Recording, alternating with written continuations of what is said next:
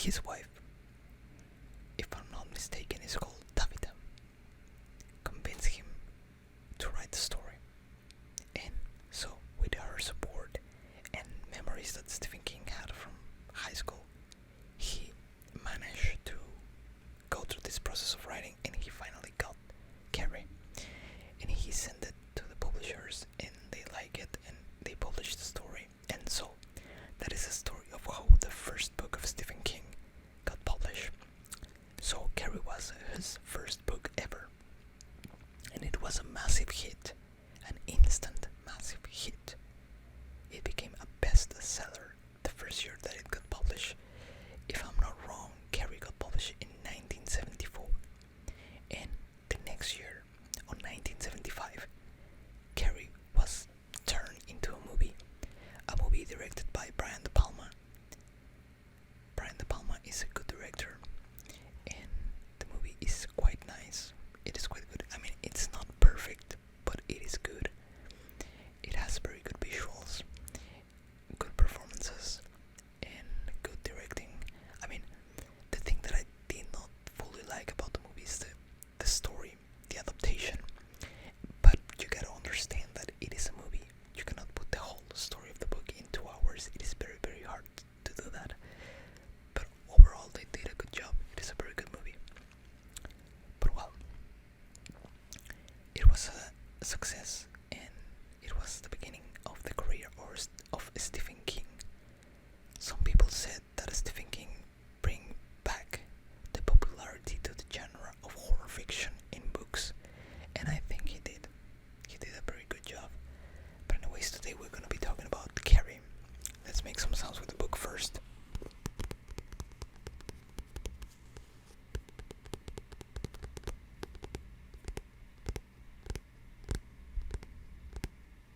Well, we will do more sounds with it later. First, let me read to you what it says in the back of the book.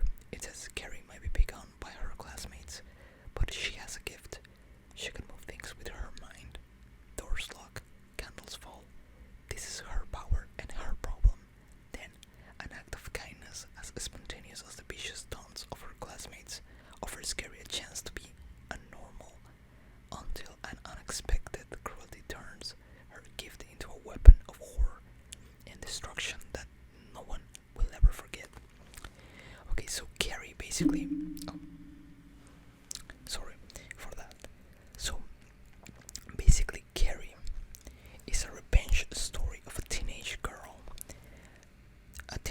that lives in a small town, a rural town. She is bullied by her classmates. She's kind of the misfit of the town because she's the daughter of the religious woman of the town, a very religious and strict woman that nobody likes. And so Carrie has to pay that price of, being the daughter of the freak of the town, and also she being a ginger and a misfit. Everybody bullies on Carrie in high school, and all that Carrie wants is to be just normal, to have friends, to hang out, to have a boyfriend, to go to the prom and everything. But everybody seems to be obsessed with bullying Carrie, and she just wants some peace. And even in her own house, her own mother abuses Carrie. I mean, like,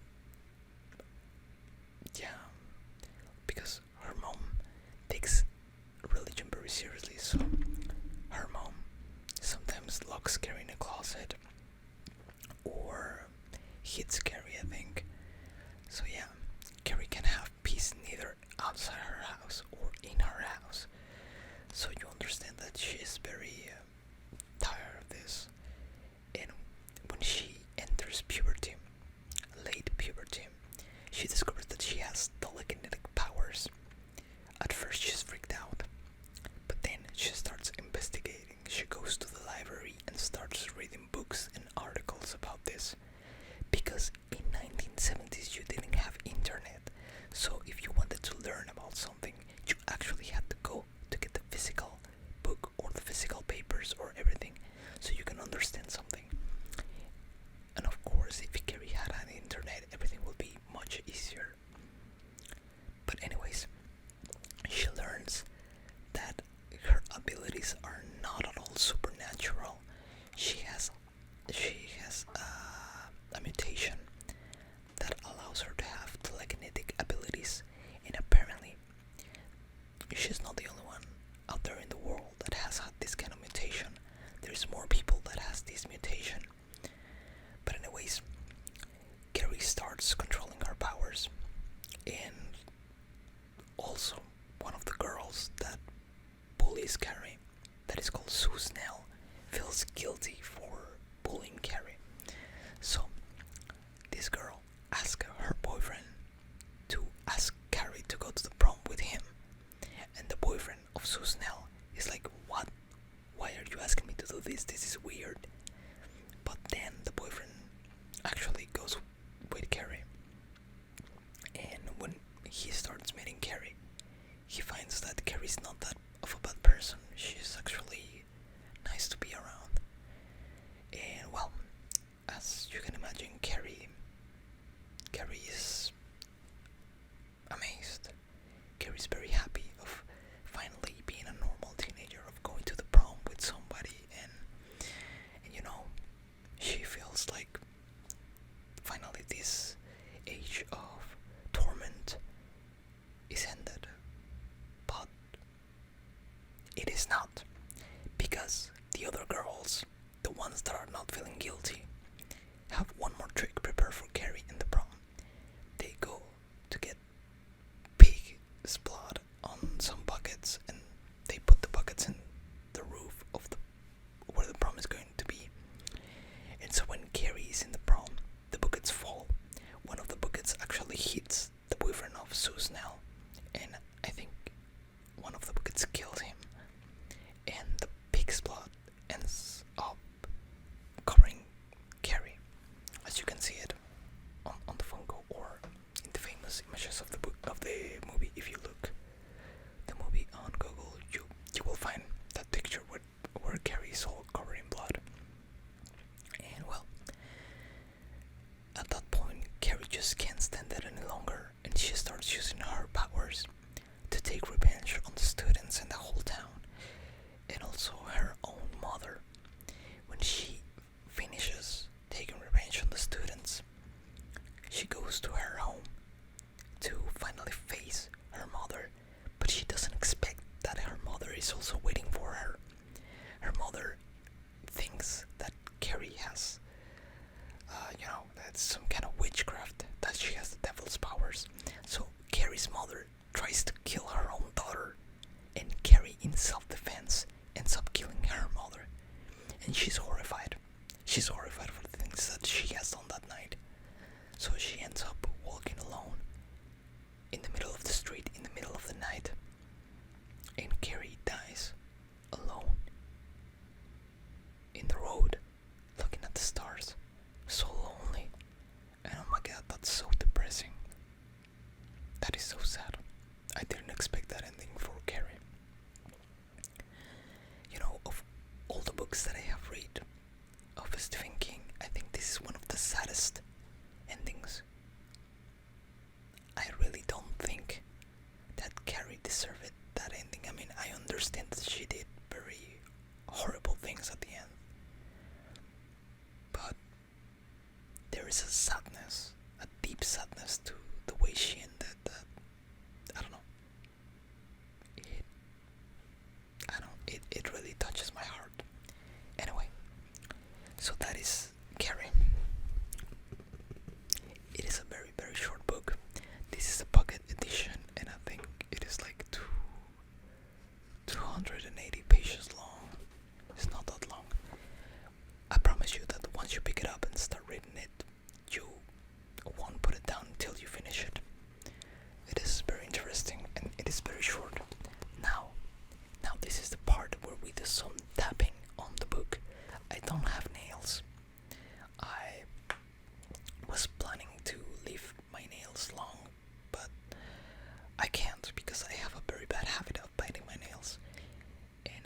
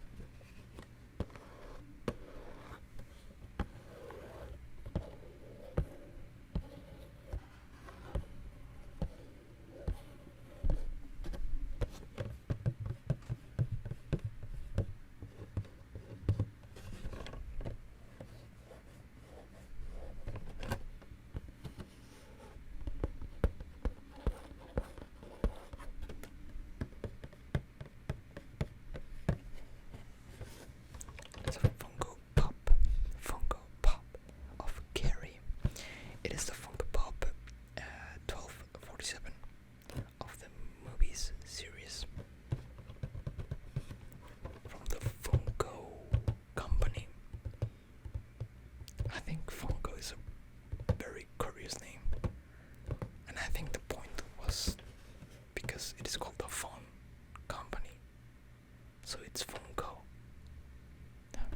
Something like that. Something like that. If you want me to do a video talking about the story of Funko, that also I find out very interesting, we can do that another time.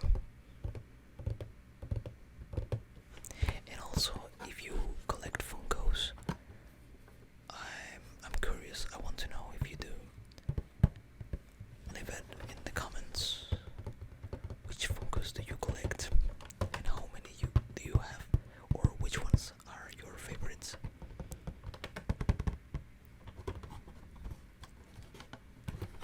I thought we could do better sounds